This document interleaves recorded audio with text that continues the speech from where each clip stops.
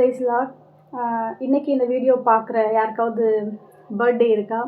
அப்படி இன்றைக்கி இல்லை அப்படின்னாலுமே கண்டிப்பாக உங்களுக்கு ஒரு நாள் பர்த்டே வரதான் போகுது.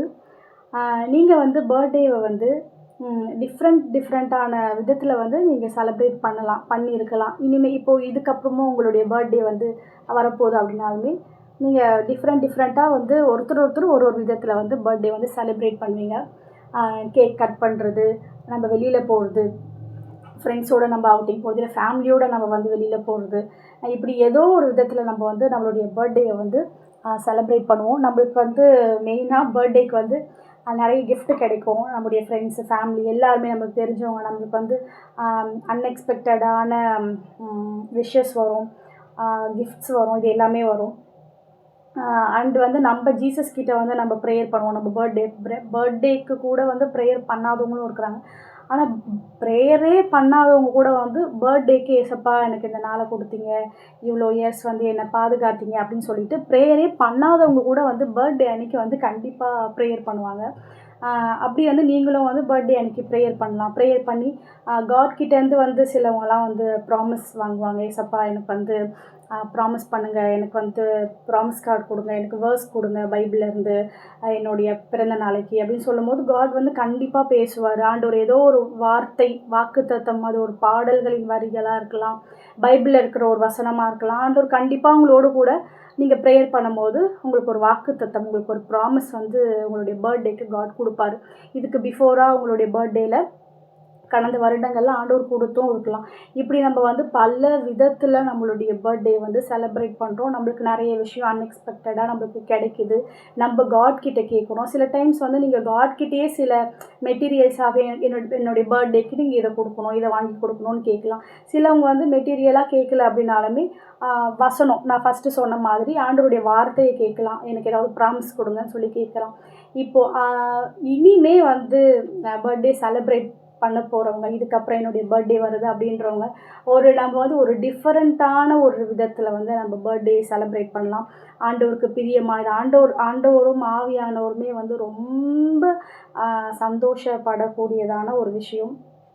சொல்லப்போனால் நம்ம பிறந்ததுக்கான அர்த்தம் வந்து ஃபுல்ஃபில் ஆகும். ஆண்டவர் ரொம்ப சந்தோஷப்படுவார். ஒரு டிஃப்ரெண்ட்டாக ஒரு சேஞ்சஸ், ஒரு டிஃப்ரெண்ட்டான விதத்தில் நம்ம வந்து பர்த்டே செலிப்ரேட் பண்ணலாம். என்னென்னா நம்ம தானே எப்பவுமே காட்கிட்ட வந்து ப்ராமிஸ் கேட்போம், எனக்கு ஒரு வார்த்தை சொல்லுங்கள். ஆண்டவரே நம்மளுக்கு ஒரு வசனம் சொல்கிறார். அந்த வசனம் வந்து அன்னைக்கு மட்டும் கிடையாது. இப்போ எனக்கு வந்து August 7 பர்த்டேனா August 7க்கான வார்த்தை மட்டும் அது கிடையாது. ஆண்டவர் பேசுகிறது, பழையவைகள் எல்லாம் ஒழிந்து போயினா எல்லாம் புதிதாயின்னு ஆண்டவர் பேசுகிறார்.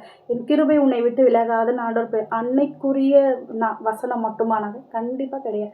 அந்த இயர் ஃபுல்லாக, நெக்ஸ்ட் இயர் ஃபுல்லாக, என்னுடைய மரண நாள் வரைக்கும், ஆண்டவருடைய வருகை வரைக்கும், ஆண்டவரை நான் சந்திக்கிற அந்த நாள் வரைக்குமே நான் அந்த ப்ராமிஸை என்ன பண்ணலாம், பிடிச்சிக்கலாம். நீங்களுமே ஆண்டவர் உங்களோடு கூட பேசுகிற அந்த வார்த்தையை மரண நாள் வரைக்கும், ஆண்டவரை நீங்கள் சந்திக்கிற நாள் வருகை வரைக்குமே அந்த வாக்குத்தத்தம் நமக்கு சொந்தமானது. ஆண்டவர் வந்து நம்மளுக்கு அந்த வாக்குத்தத்தம் இன்றைக்கி ஒரு நாள் தான்ப்பா இந்தாப்பா அப்படின்னு சொல்லி ஆண்டவர் கொடுக்க மாட்டார். நீங்களுமே வந்து மறந்து போக மாட்டீங்க. ஒரு 1 மந்த்துக்கு அப்புறமோ இல்லை ஒரு 6 மந்த்துக்கு அப்புறமே வந்து ஏதாவது உங்கள் லைஃப்பில் நடக்குது அப்படின்னா உடனே நீங்கள் வந்து பர்த்டேக்கு ஆண்டவர் சொல்லியிருப்பார், ஒரு வார்த்தை பேசியிருப்பார். நீங்கள் வந்து அதை சொல்லுவீங்க, ஆண்டவரே அன்னைக்கு வந்து நீங்கள் இப்படி ப்ராமிஸ் பண்ணீங்களே, அன்னைக்கு நீங்கள் இப்படி சொன்னீங்கல்ல, அப்போ நீங்கள் என் கூட தானே இருக்கணும், நீங்கள் என்னை விட்டு விலக மாட்டீங்க, விலகக்கூடாது, ஏன்னா நீங்கள் எனக்கு ப்ராமிஸ் பண்ணியிருக்கீங்க. ஆனால் ஆண்டவர் வந்து நம்மளுடைய பர்த்டே அன்றைக்கி நம்மளுக்கு ப்ராமிஸ் கொடுத்துருப்பார். அப்போ அது நம்மளுக்கே தெரியுது இல்லை, அன்னைக்கு ஒரு ஆண்டவர் சொன்னார்னா ஆண்டவர் நம்மளுக்கு சொல்கிறது, கொடுக்குறது அந்த நாளைக்குரியது மட்டும் இல்லை, நம்முடைய வாழ்நாள் முழுவதும், நம்முடைய லைஃப் ஃபுல்லாகவே நம்ம ஆண்டவரை போய் பார்க்குற நாள் வரைக்குமே அந்த வார்த்தையை ஆண்டவர் ரிட்டன் எடுக்க மாட்டார். அது ஒரு நாளுக்கானது கிடையாது. அப்படின்னு நம்முடைய வாழ்நாள் முழுவதுக்கான வார்த்தை அதுன்னு நம்மளுக்கு யாருமே சொல்லி கொடுக்காமலே தெரியுது ஆண்டவர் பற்றி. அப்படி தானே? அப்போ நம்ம ஆண்டவரை பற்றி தெரிஞ்சு வச்சுருக்கிறோம். நம்ம வந்து இப்போ ரிட்டன் நம்ம என்ன பண்ண போகிறோம், நம்மளுடைய பர்த்டேக்கு டிஃப்ரெண்ட்டாக நான் பண்ணலாம் அப்படின்னு சொன்னால அது என்னென்னா, நம்ம ஆண்டவருக்கு ஏதாவது கொடுக்கலாம். சரிங்களா? எல்லா பர்த்டேக்குமே எல்லாருமே நம்மளுக்கு கொடுக்குறாங்க. இன்க்ளூடிங் ஜீசஸ் கிட்ட இருந்துமே நம்ம வாங்குகிறோம். அப்படி எல்லாம் நிறைய பேர் இருக்கிறாங்க. அதை நான் தப்பு சொல்ல, நல்லது தான். ஆண்டவர்கிட்ட இருந்து, ஆண்டவரே நீங்கள் எனக்கு ஒரு gift கொடுக்கணும், ஆண்டவரே நீங்கள் எனக்கு சில வார்த்தைகளை பேசணும், அதுவும் அந்த வார்த்தை வாழ்நாள் முழுவதுக்கான வார்த்தை. அந்த வார்த்தை மாறவே மாறாது. அதை தான் நம்ம உரிமை பாராட்டி கேட்போம் நம்மளுடைய சோதனை காலத்துலலாம், அந்த டைம்லலாம். இப்போ இந்த பர்த்டேக்கு வந்து நீங்கள், உங்களுக்கு இப்போ பர்த்டே வரப்போகுது, இல்லை இனிமேல் உங்களுடைய பிறந்த நாளைக்கெல்லாம் நீங்கள் ஆண்டவருக்கு ஒரு சர்ப்ரைஸ் கொடுங்க. ஆண்டவர் அதை ரொம்ப ரொம்ப விரும்புவார். உங்களுக்குள்ளே இருக்கிற ஆவியானவர், ஜீசஸ்க்கு மனவாட்டியாக உங்களை ரெடி பண்ணிகிட்டு இருக்கிறதான அந்த ஆவியானவர் ரொம்ப சந்தோஷப்படுவார், ரொம்ப ஹாப்பியாவார். நீங்கள் ஏதாவது ஜீசஸ்க்கு சர்ப்ரைஸ் கொடுங்க. அது இதுதான் இருக்கணும் அப்படின்னு கிடையவே கிடையாது. எதுனாலுமே இருக்கலாம். சரிங்களா? இப்போ ஒரு வேளை நீங்கள் வந்து அவங்களுக்கு ப்ரேயர் பண்ணுறதுன்றதே கஷ்டம், என் வாழ்க்கையிலேயே அது எனக்கு சுற்றி போட்டால் கூட வராது ப்ரேயர் பண்ண, நான் வந்து ஒரு 10 days தான் ப்ரேயர் பண்ணுவேன், இல்லை ஒரு 2 days தான் ப்ரேயர் பண்ணுவேன், 3ஆவது நாள் நான் படுத்து தூங்கிடுவேன், ப்ரேயர் பண்ணவே மாட்டேன் அப்படின்னா, நீங்கள் ஆண்டவருக்கு, ஏசப்பா நான் இனிமேல் என்னுடைய லைஃப்பில் ப்ரேயரை கொண்டு வருவேன், ஆத்துமாக்களுக்காக நான் ப்ரேயர் பண்ணுவேன், சரிங்களா? இல்லையா, வாலிபர்களுக்காக நான் ப்ரேயர் பண்ணுவேன், இல்லை இந்த டைம்லேருந்து இந்த டைம் நைட் 11 to 12, இல்லை 12 to 1 o'clock நான் வாலிப பிள்ளைங்களுக்காக ப்ரேயர் பண்ணுவேன், இல்லை 12 to 1 o'clock நான் ஊழியர்களுக்காக ப்ரேயர் பண்ணுவேன். இல்லை 7 days இருக்குது, 7 daysல ஒரு நாளுமே 1 hour இல்லை half an hour வந்து நைட்டில் வாலிபர்களுக்காக, சபைக்காக, ஊழியர்களுக்காக, தேசத்துக்காக, ரட்சிக்கப்படாத ஆத்துமாக்கள், ஜீசஸ் அப்படின்ற ஒரு பேரை, ஆண்டவருடைய பேரை கேள்விப்படாத நபர்கள் இருக்கிறாங்க தேசத்தில். அப்போது அந்த நபர்களுக்கு ஆண்டவருடைய நாமம் வந்து போய் ரீச் ஆகணும், ஆண்டவரை பற்றி அவங்க அறிந்து கொள்ளணும். அவங்க வந்து மரித்த நரகத்துக்கு போய் ஆண்டவர் முன்னாடி போய் நிற்கும் போது வந்து ஜீசஸ் அப்படின்னு ஒரு பேரை நான் கேள்விப்படவே இல்லை, எனக்காக பூமிக்கு இறங்கி வந்து எனக்காக உயிரை கொடுத்து ரத்தத்தை சிந்தி எனக்காக மரித்து உயிர் தெழுந்து எனக்காக ஜீவித்து கொண்டிருக்கிற இயேசுன்னு ஒருத்தர் இருந்தீங்களா, இதை எனக்கு யாருமே சொல்லலையேன்னு சொல்லி கண்டிப்பாக ஒரு ஆத்மா கூட ஆண்டவர் முன்னாடி போய் சொல்லக்கூடாது. அது வந்து ஒரு பரிதாபமான நிலைமை. அதே அந்த இடத்துல நம்ம இருந்து அந்த இடத்துல போய் நின்று அதே வார்த்தைகளை நம்ம சொன்னால் அது எவ்வளோ கஷ்டம் இல்லையா? அது எல்லாமே நம்ம யோசித்து, நம்ம இனி வர பர்த்டேயில் ஆண்டவருக்கு நம்ம சர்ப்ரைஸ் கொடுக்கலாம். ஒரு ப்ரேயர் லைஃபாக இருக்கலாம். இப்படி நான் ப்ரேயர் பண்ணுவேன் half an hour daily half an hour.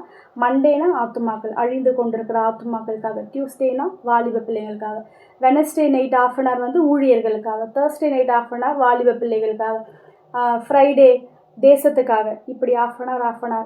சாட்டர்டேயில் வியாதியஸ்தர்களுக்காக, வியாதியாக இருக்கிறவங்களுக்காக நான் வந்து ப்ரேயர் பண்ணுவேன். இப்படி நம்ம காட்க்கு வந்து பர்த்டே அன்னைக்கு சர்ப்ரைஸ் கொடுக்கலாம். சர்ப்ரைஸ் கொடுத்துட்டு மெயினு அதை 2 days 3 days எல்லாம் பண்ணக்கூடாது, இல்லை ஒரு 1 வீக்குக்கு பண்ணக்கூடாது. ஏன்னா நம்ம காட்கிட்ட வேர்ஸ் கேட்கும் போது அவர் நம்மளுக்கு கொடுக்குற வாக்குத்தத்தம் எப்படி இருக்குது, அது 2 நாள் 3 நாளைக்கான வாக்குத்தத்தம் கிடையாது, 1 month கிடையாது, இல்லை இந்த August 7னா நெக்ஸ்ட் August 7 வரைக்குமான வாக்குத்தத்தம். அதுக்கப்புறம் அது வந்து எக்ஸ்பைர் ஆகிடுச்சு, நம்ம டேட் பார்த்து வாங்குவோம், நான் கடைக்கு போனால் ஏதாவது எக்ஸ்பைரி டேட் பார்த்து வாங்குவோம், அந்த மாதிரியா? கிடையவே கிடையாது. அது நம்மளுக்கு நல்லாவே தெரியுது சொல்லி கொடுக்காமே. இந்த வாக்குத்தத்தம், இந்த வார்த்தை என்னுடைய மரணம் வரைக்கும், இது நித்தியமான வார்த்தை. இதை நான் எந்த வருஷம் நான் வந்து ஒரு 10 yearsக்கு அப்புறம் கூட அன்னைக்கு இப்படி சொன்னீங்களே நான் ஆண்டவர்கிட்ட கேட்கலாம், ஆண்டவர் இதை செய்வார், அப்படி தெரியுதுல்ல. அப்போ நம்ம ஆண்டவருக்கு கொடுக்குற கிஃப்ட்டு, நம்ம ஆண்டவருக்கு கொடுக்குற சர்ப்ரைஸு, இது வந்து ஒரு 2 daysக்கானதோ 3 daysக்கானதோ ஒரு டெம்ப்ரவரியாக இருக்கக்கூடாது. நம்ம ஆண்டவர் வந்து ஏமாத்துறதா இருக்கக்கூடாது. நீங்கள் பைபிளே படிக்காத ஒரு பர்சனாக இருக்கிறீங்க அப்படின்னா, நான் பைபிள் படிப்பேன், இனிமேல் வந்து ஒரு 5 chapter படிக்காமல் நான் வெளியே போகவே மாட்டேன் ஆண்டவரே அப்படின்னு உங்களுடைய பர்த்டே அப்போ காட்க்கு சர்ப்ரைஸ் கொடுங்க. இப்படி ஒரு தீர்மானம் எடுங்க. ஆண்டவருக்கு நீங்கள் gift கொடுங்க. gift வந்து நம்ம எல்லா பர்த்டேக்குமே எல்லார்கிட்ட இருந்தும், இன்க்ளூடிங் யார், ஜீசஸ் கிட்ட இருந்துமே நம்ம gift வாங்கிட்டு தான் இருக்கிறோம். ஆனால் இனிமேல் நம்மளுடைய பர்த்டே ஜீசஸ்க்கு நம்ம gift கொடுக்கலாம், ஜீசஸ்க்கு நம்ம சர்ப்ரைஸ் கொடுக்கலாம். ஆவியானவர் ரொம்ப சந்தோஷப்படுவார். உங்களுக்குள்ளே இருக்கிற ஆவியானவர் உங்களுக்கு ஹெல்ப் பண்ணுவார். இப்படி நீங்கள் ஒரு தீர்மானம் எடுக்கும்போது நிச்சயமாக ஆவியானவர் உங்களுக்கு கண்டிப்பாக அதை வந்து நீங்கள் நிறைவேற்றுவதற்கு ஆவியானவர் உங்களுக்கு பலப்படுத்துவார், உங்களுக்கு ஹெல்ப் பண்ணுவார். அதுக்கான ஒரு அபிஷேகத்தை ஆண்டவர் உங்களுக்கு கொடுப்பாரு, ஆவியானவர் உங்களுக்கு கொடுப்பாரு. ஜீசஸ் வந்து எவ்வளோ பரவசமாவார், எவ்வளோ வந்து ஹாப்பி ஆவார்னா வார்த்தையே கிடையாது. ஜீசஸ் உண்மையாகவே அவ்வளோ ஹாப்பி ஆவார். அதனால் ஒரு டிஃப்ரெண்ட் சேஞ்சஸ் நம்ம வந்து வெளியில் போகிறது, இப்படி பண்ணுறது, அப்படி பண்ணுறது, ரொட்டீனாக பர்த்டேனா இதுதான் நடக்கும், இப்படியெல்லாம் நம்மளுக்கு வரும், எல்லாமே வாங்கி தருவாங்க. அப்புறம் ஜீசஸ் கிட்டேருந்தே நம்ம ஒரு வார்த்தையை வாங்குவோம். அதுதான் நம்மளுடைய லைஃப் ஃபுல்லாக. இப்படின்னு இல்லாமல் நம்ம ஜீசஸ்க்கு ஏதாவது கொடுக்கலாம். அது எதுவாக இருந்தாலும் ஓகே. நம்ம ஆண்டவருக்கு சர்ப்ரைஸ் கொடுக்கலாம். நம்ம ஆண்டவரை பர்த்டே அன்றைக்கி நம்ம அவரை சந்தோஷப்படுத்தலாம். அந்த சந்தோஷம் 2 days 3 daysக்கு ஜீசஸ்க்கு இருக்கக்கூடாது. அது வந்து நித்தியமான சந்தோஷமாக, அது நம்மளுடைய மரண நாள் வரைக்குமான சந்தோஷமாக இருக்கணும் நம்ம ஆண்டவருக்கு கொடுக்குறது. நீங்கள் அதை செய்யும்போது, அந்த ஸ்டெப் நீங்கள் எடுத்து வைக்கும்போது உங்களுக்கு ஆவியானவர் உதவி செய்வார். நிச்சயம் நம்ம யோசிச்சுட்டே இருக்கிறோம், நம்ம அதை செய்யலை, நம்ம அதெல்லாம் செய்ய மாட்டோம்ப்பா அப்படின்னா ஒன்றும் பண்ண முடியாது. நீங்கள் அதை செய்யும்போது நிச்சயமாய் பரிசுத்த ஆவியானவர் உங்களுக்கு உதவி செய்வார். ஏன் வந்து நான் ஆவியானவர் சொல்கிறேன்னா, இந்த பூமியில் உங்களுக்கு எது இருக்குதோ இல்லையோ, யார் உங்களுக்கு இருக்காங்களோ இல்லையோ, ஏன்னா எந்த நம்மளை நேசிக்கிறவங்களுமே நம்ம லைஃப்பில் வந்து ஜஸ்ட்டு பாஸ் ஆகிட்டு நம்மளுமே ஒரு பிரயாணப்பட்டு தான் போகிறோம். நம்ம இந்த பூமியில் வந்து நல்ல கூடாரம் போட்டு டென்ட்டு போட்டு நம்ம வந்து நிரந்தரமாக நம்ம இந்த பூமியில் இருக்கிறவங்க கிடையாது. நம்ம ஜஸ்ட்டு வந்து பரலோகத்தை நோக்கி, பரமகானான ஜீசஸை நோக்கி நம்ம பிரயாணப்பட்டு கொண்டிருக்கிறோம். நம்ம வந்து பிரயாணப்பட்டு போய்கொண்டே இருக்கோம். இப்போ நம்ம கூட வரவங்களுமே வந்து பிரயாணப்பட்டு கொண்டே தான் இருக்கிறாங்க. நம்ம கூட யாருமே நம்ம கூட ஸ்டே பண்ணுறவங்க கிடையாது. அவங்களும் பரமகானானை நோக்கி, ஆண்டவரை நோக்கி பிரயாணப்பட்டு கொண்டே இருக்கிறாங்க. அதனால் ஆண்டவர் நம்ம லைஃப்பில் அனுமதிக்கிற எல்லாருமே ஏதோ ஒரு விஷயத்தை கற்றுக் கொடுப்பதற்காக, அவங்கக்கிட்டேருந்து ஏதோ ஒரு நல்ல விஷயத்தை, இல்லை ஆண்டவர் பற்றியதான விஷயத்தை, ஏதோ ஒரு விஷயத்தை கற்றுக் கொடுப்பதற்கு தான் ஆண்டவர் நம்முடைய வாழ்க்கையில் அவர்களை அனுமதிக்கிறார். நம்மளோட ஸ்டே பண்ணுறதுக்கு, கூடயே இருக்கிறதுக்கு கிடையவே கிடையாது. அப்படி இருக்கவும் மாட்டாங்க. அதனால் உங்கள் லைஃப்பில் யார் இருக்கிறாங்களோ இல்லையோ, எது இருக்குதோ இல்லையோ, பணம், பொருள், பதவி, சொத்து, உங்களை நேசிக்கிறதுக்குன்னு எப்போவாவது உங்களுக்கு ஒரு பர்சன் அப்படியெல்லாம் வேண்டாம். எது இருக்குதோ இல்லையோ, யார் இருக்கிறாங்களோ இல்லையோ, உங்கள் லைஃப்பில் ரொம்ப ரொம்ப ரொம்ப உங்களுக்கு தேவையான 2 பேர் ஜீசஸ், ஹோலி ஸ்பிரிட். ஆவியானவர் நிச்சயமாக உங்களுக்கு வேணும். ஆவியானவர் ஒரு பர்சனாக உங்களுக்குள்ளே இருந்து உங்களோடு கூட இருந்து அவர் உங்களை கைட் பண்ணுவார். இதை பண்ணு, இதை பண்ணாத, இதை பேசு, இதை பேசாத, இந்த இடத்துல நில்லு, நிற்காத, இப்போ இவங்கக்கிட்ட இதை பேசு, இப்போதைக்கு இந்த நல்ல விஷயமாக தான் இருக்கும், ஆனால் இப்போதைக்கு இதை பற்றி சொல்ல வேண்டாம், பேச வேண்டாம் அப்படின்னு சொல்லிட்டு ஆவியானவர் பேசுவார். ஆவியானவர் வழி இதுவே, இதில் நட என்று சொல்லுகிற உங்கள் காதுகள் கேட்கிறதான சத்தத்தை நீங்கள் கேட்பீர்கள். ஆவியானவர் ரொம்ப இம்பார்ட்டண்ட். ஆவியானவர் இல்லாமல் நாம் கிறிஸ்துவுக்கு மனவாட்டிகள் அல்ல. ஜீசஸ் எவ்வளோ நம்மளுக்கு இம்பார்ட்டன்ட். ஏன்னா மணவாளன் அவர் தான், ஒரு ஹஸ்பண்ட். மணவாளன் இயேசு, நம்மளுக்காக ஜீவனை கொடுத்த இயேசு எவ்வளவு முக்கியமோ அதே அளவுக்கு அவரோடு நம்மை கொண்டு போய் சேர்க்கிற, மணவாட்டியை ஆயத்தப்படுத்தி கொண்டு போய் மணவாளன் கையில் சேர்க்கிற ஆவியானவரும் முக்கியமானவர், ரொம்ப. அதனால் எது நம்ம லைஃப்பில் இருக்கோ இல்லையோ, உங்கள் லைஃப்பில் இருக்க வேண்டிய ரெண்டு பேர் ஜீசஸ், ஹோலி ஸ்பிரிட். ஒருவேளை உங்களுக்கு ஜீசஸ் பற்றி நல்லா தெரியும், ஏசப்பா என்கிட்ட பேசுகிறாரு, டெய்லி பேசுகிறாரு, என் கூட தான் இருக்கிறாரு, ஆனால் ஆவியானவரோடு உங்களுக்கு ஒரு தனிப்பட்ட விதத்தில் ஆவியானவர் ஒரு நபராகவே ஆவியானவர் பேசுகிறது, ஆவியானவர் உங்களை நடத்துறது, இப்போ பேசுகிற இந்த வார்த்தைகள் இது ஆவியானவர் தான் என்னை கைட் பண்ணார், என்னை உணர்த்தினார், உங்களால் சொல்ல முடியும். அந்தளவுக்கு ஆவியானவர் உங்களோடு கூட நெருக்கமான ஒரு உறவை வைத்துக்கொள்ள வேண்டும் என்று ஆவியானவர் விரும்புகிறார். அதனால் ஆவியானவர்கிட்ட உட்காந்து ஜீசஸ் கிட்ட பேசுகிற மாதிரி ஆவியானவர்கிட்ட பேசுங்க. ஆவியானவரே, உம்மோடு ஒரு நெருக்கமான உறவு எனக்கு வேணும். இந்த உலகத்தில் எனக்கு வேறு எதுவுமே, உங்களுடைய வாஞ்சை, உங்களுடைய ஏக்கம், தவிப்பு எவ்வளோ அதிகமாக நீங்கள் அவரை வேணும்னு கேட்குறீங்க, இதுதான் ஆவியானவர் பார்ப்பார், வேறு எதுவுமே பார்க்க மாட்டார். ஏன்னா பைபிளில் வந்து ஒரு அழகான ஒரு ஆச்சரியமான வசனம் இருக்குது. சங்கீதம் 2வது அதிகாரத்தில், குமாரன் கோபம் கொள்ளாமலும் நீங்கள் வழியிலே அழியாமலும் இருக்கும்படி அவரை முத்தம் செய்யுங்கள், அவருடைய பாதத்தை அவரை முத்தம் செய்யுங்கள். ஆக்சுவலாக ஆண்டவர் என்ன சொல்லணும், ஆண்டவர் இப்போ நம்ம மேலே கோபமாக இருக்கிறாரு.